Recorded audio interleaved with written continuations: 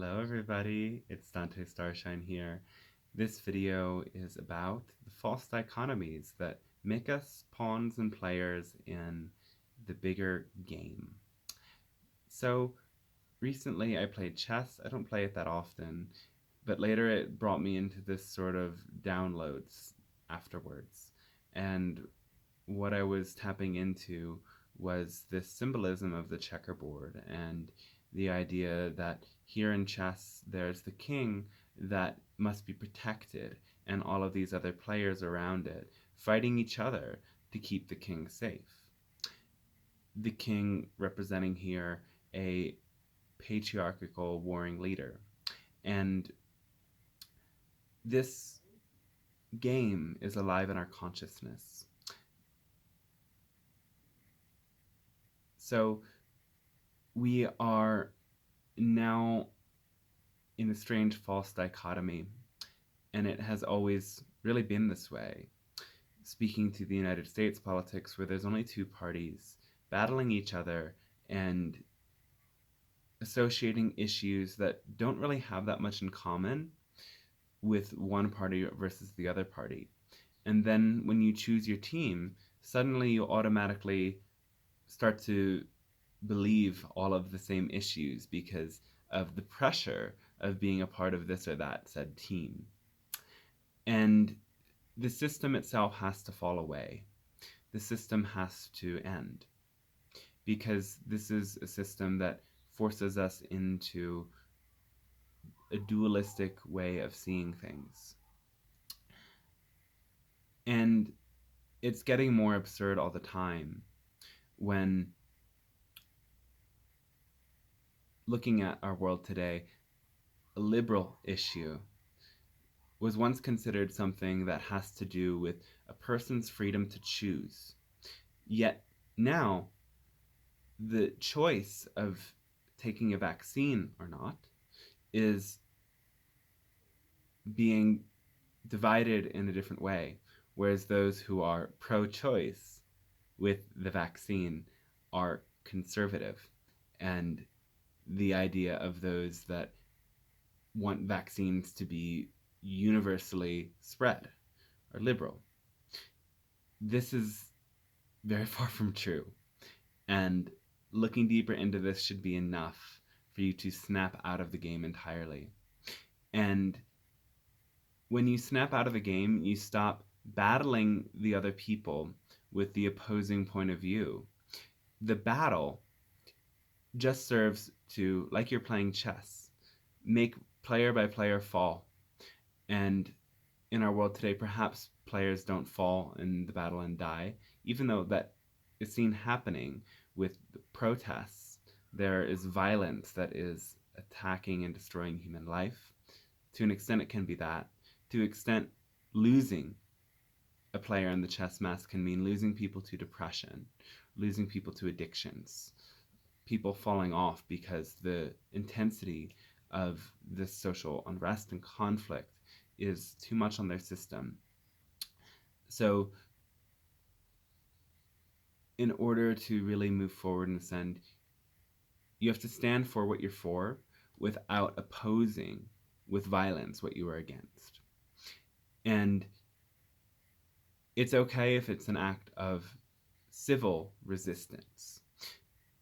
What some people tend to forget when they have spiritual awakenings is that civil, political resistance is very different than emotional, energetic resistance. Oftentimes the two go hand in hand, but that isn't always the case. Resistance on an emotional level is simply a refusal to accept something. Yet in the case of mass injustice and destruction and degradation of our environment and our world, to resist that politically is to say, I am not standing for this and I'm not having it, and I have a right to use my voice to stand up in support of ending this. That is political resistance, but you can do that in an emotional state of being so consumed with energy and anger. Or you can do it in the way that I'm doing it right now, and in general, and just saying, I'm not standing for this, I don't want this, and instead I stand for this.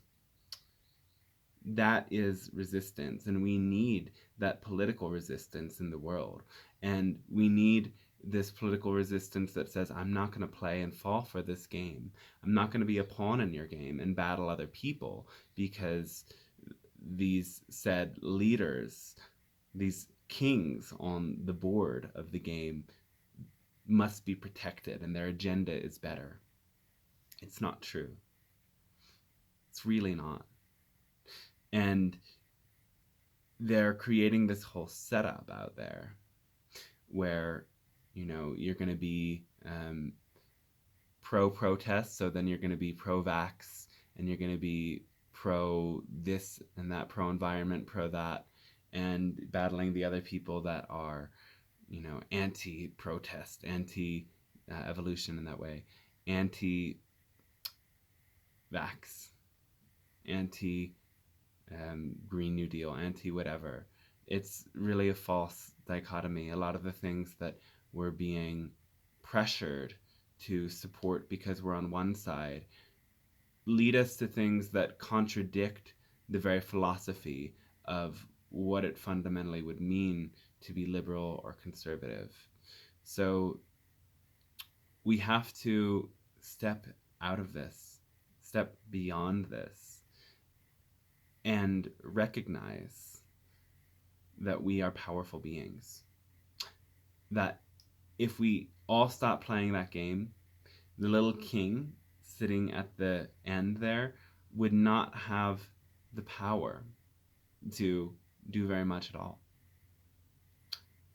And the symbolism of the checkerboard is an interesting one because you can also see videos where they link the checkerboard to the Illuminati itself.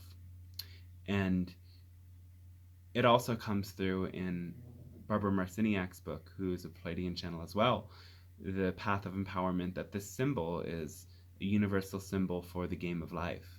And when we see the symbol, it's meant for us to snap out of it and realize that we're only in this dance between expansion and contraction, between dark and light.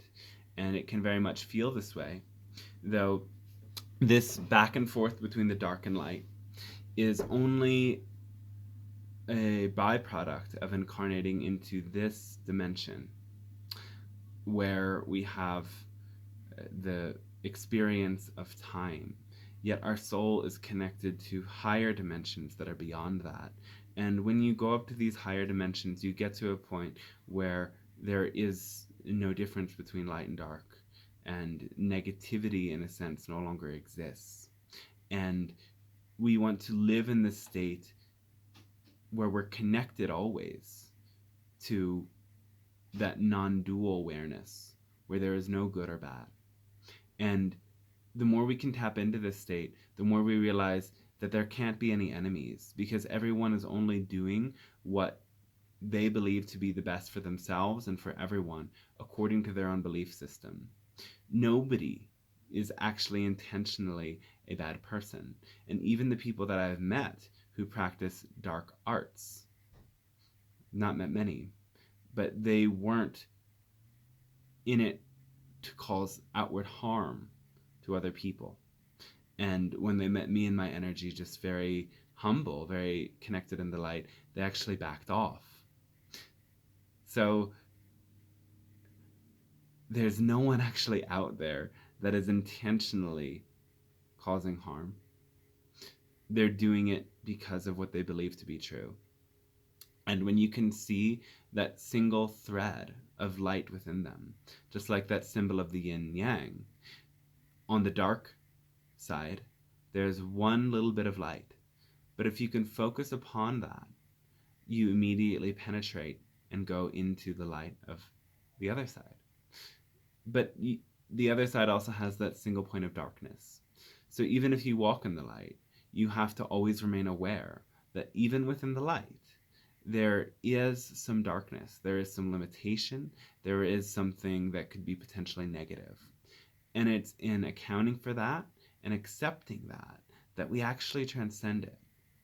When we actually go to the state where we're beyond the game and we see the expansion and contraction from light to darkness is just part of it, where we see that to be completely pro or completely anti anything is a trap, because there must be some positive and some negative within everything, as there must be some positive and negative within every single soul and every single aspect of existence. So it's time to snap out. The game is the message that I'm getting. And despite that, I am still supporting the presidential candidate, Joe Biden, not because he's a good candidate, but because the other option is horrendous and can lead the country down a totalitarian takeover and perpetuate lots of hate and degradation of the environment, and very, very dangerous person is Donald Trump. So we're in a pretty pressing time.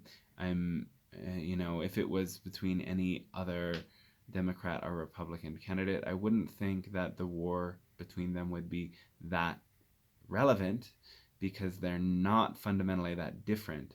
But Donald Trump is way different than what normal presidents are like, in a very negative way. And if you can't see that, I don't think that you're seeing reality. This isn't the subject of that video, but I just had to throw that in. Anyway, look at my other videos for information on that. And I made an entire other video that is going to go on the BitChute platform. So that video is about things that I don't feel comfortable, for the sake of censorship, talking about on YouTube and Facebook or any of this. So just click on the link in this video and you can see that one. And yeah, that's all. Much love and blessings to you. I hope this has been really helpful. Let me know if you have any questions or what videos you want to see in the future. I really appreciate everybody who follows my work, and I'm really glad that it benefits you and you keep watching. So let me know how I can make it better for you. And remember, it's Friday live stream channeling. It goes live on my Facebook page, but on all of my other media, you can find the link to join, and it's always a lovely experience. So hope to see you then.